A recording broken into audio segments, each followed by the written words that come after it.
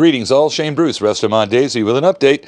Yes, it's true, we're finally almost done with these two guns. We started this project about 9 days ago and shot an initial video to document the wretched condition of these two pieces when they showed up. Although the 94 really wasn't that bad, it just had plastic stocks. But the model 1938B in front, oh, horrific condition.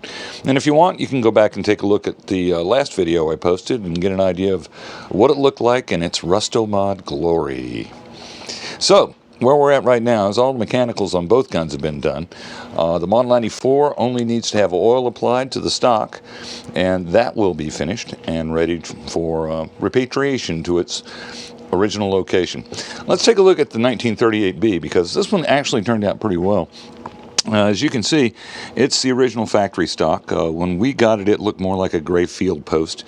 But after a little bit of reconditioning and tender love and care, we managed to get the old varnish finish removed, do a little bit of surface sanding to bring it up to snuff, and then apply some stain. And as you can see, the poplar, which is a very white wood in its natural condition, took the stain pretty well.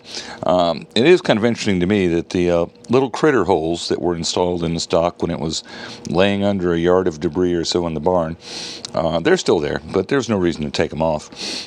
Let's roll the stock up, and you can see the top of the wrist where there's some color shift. Now, most of that I believe to be mold and other detritus that got well below the level of the wood and was not really accessible unless I got crazy sanding, which I didn't want to do.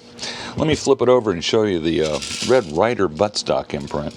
This was in horrid condition initially, but now it's actually legible.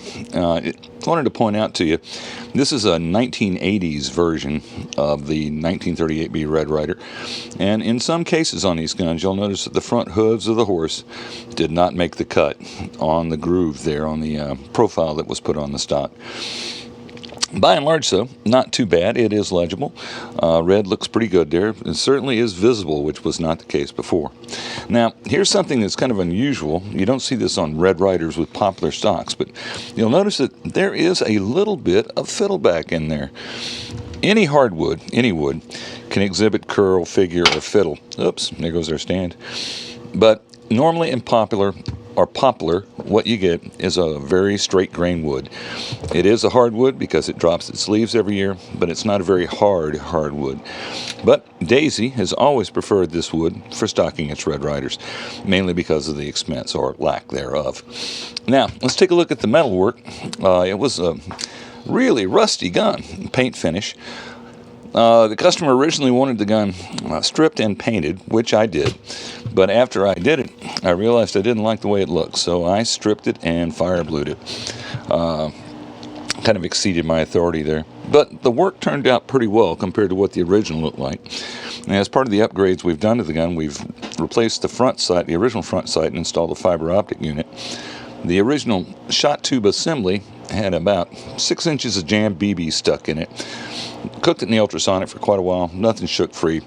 So I went ahead and pulled a replacement unit from a more modern gun and installed it in this. So now it's got a seamless barrel as opposed to the seamed barrel of the older models. The plastic trigger also had problems. I was suffering from a cracked trigger rest, so we replaced that with a newer version after we cut the bear trap ratchet out, because this is a early 80s model and the receiver interior is not cut for the bear trap design. So to get the new trigger to work in the old gun, you have to remove a component off the new trigger. However, we did not, let's see, what did we slap in this? A cobalt? Yeah, we put a cobalt mainspring in it, an overbore air tube, and a new compression cup, along with the new abutment seal. And this puppy's shooting pretty well. It's got a high recorded speed of 351, which puts it in super thumper class, with a 10-shot average of 348. So, I believe the gun, after being fired some more, a couple of hundred rounds, will be a solid, consistent, super thumping Daisy Red Ryder.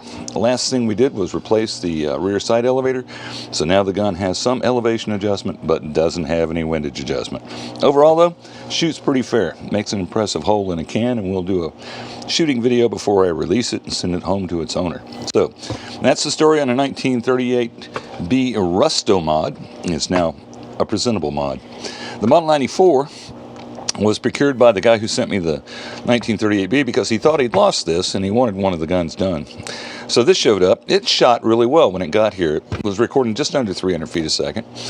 And what we've done on it is replace the plastic stock, which is this is a glorious example, actually the plastic stock that was on the gun, with a plastic forend that had more resemblance to a hot dog than not.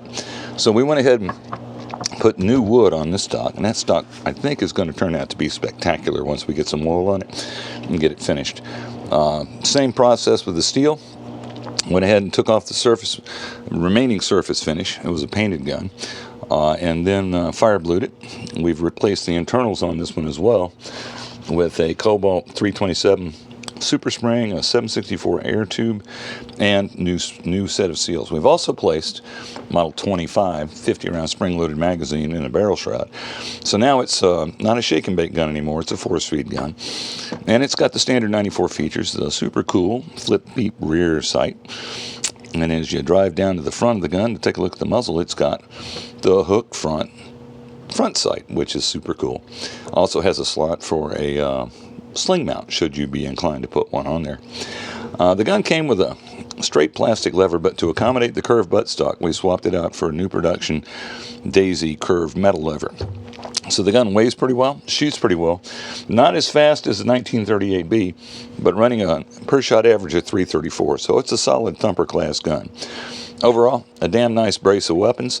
He's had gone to all this trouble so that his sons might enjoy shooting some daisies from time to time after they abandoned the 1938 back in their youth for handset and handheld games.